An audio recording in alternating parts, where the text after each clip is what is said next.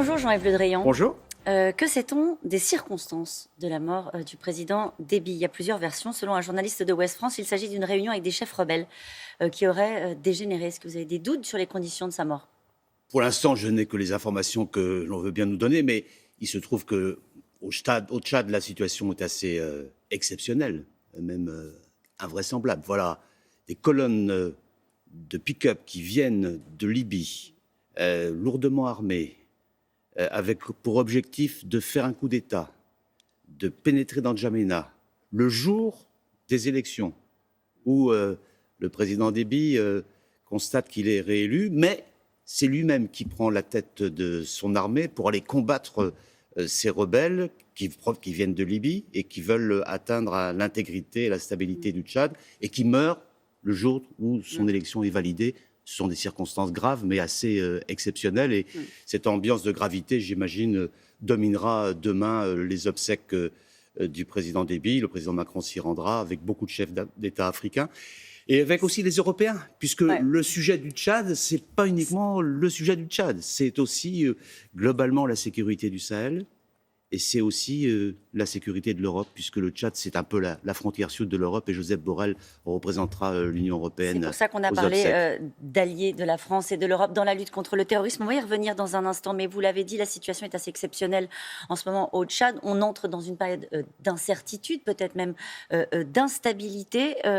Est-ce que cela veut dire que dans un premier temps, vous reconnaissez le fils d'Idriss Déby, le jeune général Mahamat Idriss Déby, comme légitime pour présider le pays, puisque c'est aujourd'hui lui qui est arrivé aux responsabilités? Il y a des situations exceptionnelles. Logiquement, ce devrait être le président de l'Assemblée nationale tchadienne, M. Kabadi, qui devrait prendre la transition. Mais il a refusé, en raison des situations exceptionnelles de sécurité et la nécessité d'assurer la stabilité de ce pays. Il importe maintenant que le Conseil de transition militaire qui s'est mis en place indique la manière dont il veut travailler. Qu'il soit l'acteur de la sécurisation, évidemment. Il y a dans ce conseil de transition beaucoup de chefs militaires. Mais c'est une autorité légitime à l'heure où on se parle? Il y a aujourd'hui une situation d'une telle gravité au Tchad qu'à partir du moment où le président de l'Assemblée nationale, qui est normalement chargé de la transition, dit « Moi, je veux que ce soit un conseil militaire qui assure aujourd'hui la sécurité du pays, mais il faut que la transition puisse s'engager de manière sereine, démocratique, transparente et rapide. » Vous y croyez à ce scénario serein, transparent, démocratique et rapide? C'est le moment de le faire, à partir du moment où la sécurisation sera vraiment établie. Vous savez, le Tchad, c'est un pays qui est au carrefour de beaucoup de menaces, beaucoup de risques, à la fois venant de Libye, c'est le cas, avec les colonnes que l'on appelle les colonnes du groupe Goran qui veut prendre le pouvoir, à la fois du Nigeria, la proximité de Boko Haram, c'était juste à côté, et les forces tchadiennes sont engagées contre... C'est majeur pour la France, on va dire, pour l'engagement de la France dans l'opération Barkhane. C'est majeur pour le Sahel, ce sont les forces tchadiennes qui ont le plus combattu contre Daesh, contre Al-Qaïda, et lorsque l'opération Serval s'est faite en 2013, les premiers à venir soutenir la France pour la sécurité du Mali et finalement de la France, c'était les Tchadiens. Et c'est bien pour ça que vous allez aux obsèques avec le président de la République, c'est bien pour ça qu'on vous interroge ce matin. La mort de Déby, c'est la perte d'un homme qui avait un contentieux avec les groupes djihadistes depuis longtemps. Il avait été visé directement lui-même par AQMI. Il était un allié solide. Est-ce que vous avez des doutes? Est-ce que vous craignez, ou en tout cas, est-ce que vous envisagez le scénario d'un désengagement du Tchad dans ce combat? Moi, je ne l'imagine pas aujourd'hui. On va pouvoir... demain et ce soir, engager des conversations avec les uns et les autres. Les chefs d'État du Sahel sont interrogatifs, mais en même temps, il y a des accords politiques qui ont été passés entre les 5 pays du Sahel pour assurer leur sécurité mutuelle, y compris par la présence de forces tchadiennes au Niger et dans ce qu'on appelle les 3 frontières. Je ne crois pas que le Conseil militaire de transition va revenir sur ses engagements. Sa tâche sera d'assurer la stabilité du pays et de mettre en œuvre un processus démocratique qui devrait être le plus rapide possible. Processus démocratique, encore une fois. C'est là-dessus que la France mise. Nous allons dire les choses, mais pas uniquement nous. J'ai eu l'occasion de m'entretenir hier soir avec le président en exercice de l'Union africaine, M. Tshisekedi. C'est aussi la position des chefs d'État africains. Est-ce que cela va changer d'une manière ou d'une autre notre engagement avec l'opération Barkhane? Est-ce que cette période d'instabilité va nous obliger, va nous conduire par exemple à renforcer notre dispositif militaire sur place? Il y a eu un sommet précisément à Djamena il y a peu de semaines maintenant pour définir les grandes orientations militaires qui doivent être prises pour assurer la poursuite du combat contre les groupes terroristes, parce que c'est un combat essentiel, c'est ça le sujet, c'est aussi notre sécurité, c'est aussi notre protection. Le Tchad y joue un grand rôle. Je ne crois pas qu'il y ait une remise en cause de ces engagements-là, d'autant plus que l'objectif, c'est bien de faire en sorte que les pays africains, et en particulier les pays du Sahel, assurent eux-mêmes leur propre sécurité, leur propre protection. Jean-Yves Le Drian, cette situation vous inquiète au Tchad? Elle me préoccupe. Il faut être très vigilant. Vigilant sur quoi? Sur les processus démocratiques? À la fois sur la stabilité de la situation aujourd'hui.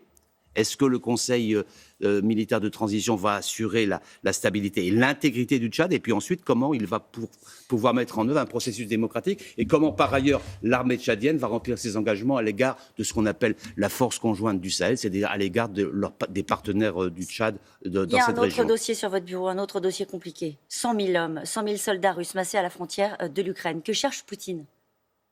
Nous sommes dans une forme de triple dérive avec la Russie en ce moment.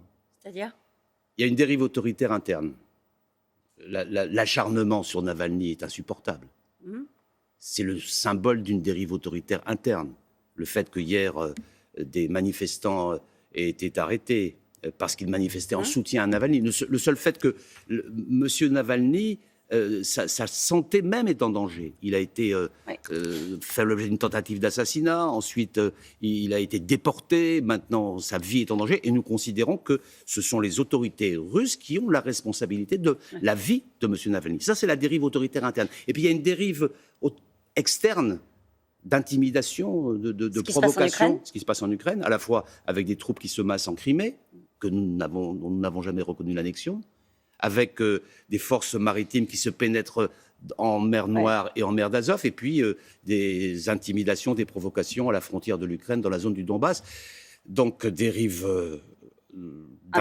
et puis dérive d'ingérence, parce que la Russie essaye de porter atteinte à nos modes de fonctionnement démocratique. On a vu ce qui s'est passé en République tchèque. Donc, toutes ces dérives-là sont préoccupantes. Il faut être très ferme. Oui, c'est-à-dire, qu'est-ce que ça veut dire? Alors, je vais vous poser une question très simple, très directe.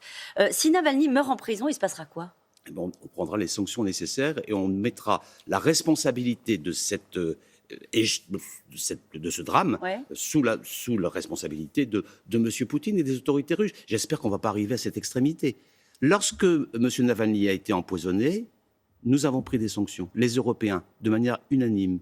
Lorsque les manifestants qui apportaient leur soutien au début d'année à M. Navalny dans de nombreuses villes de Russie ont été emprisonnés, nous avons pris un autre train de sanctions. Quand il masse 100 000 hommes à la frontière de l'Ukraine, on ne prend pas de sanctions. Quand il s'agit de ces manifestations militaires à proximité de l'Ukraine, nous disons, nous, aux Russes, qu'il faut désescalader et se mettre autour de la table dans les normes qui ont été prévues dans ce qu'on appelle les accords de Minsk pour assurer l'intégrité de l'Ukraine et le respect des engagements pris par les uns et par les autres. Il a des lignes rouges, on a des lignes roses. Non. Nous avons des convictions, je viens de vous le dire. Il a des dérives, mais il faut qu'on continue à se parler. C'est notre voisin. Il est assez encombrant, mais il est toujours là. Et parfois, il arrive dans la vie d'avoir des voisins récalcitrants ou parfois intempestifs. Mais il faut néanmoins continuer à parler avec lui. Encombrant seulement ou dangereux? Parfois dangereux, ça peut être dangereux. Je ne crois pas à la volonté de la Russie de mener une action militaire contre l'Ukraine, je n'y crois pas, mais le fait de masser autant de troupes aux portes de l'Ukraine, à la frontière avec le Donbass, présente des risques d'accidents, d'incidents, et à ce moment-là, des risques de conflictualité. Merci beaucoup, Jean-Yves Le Drian, d'avoir été notre invité ce matin. Merci.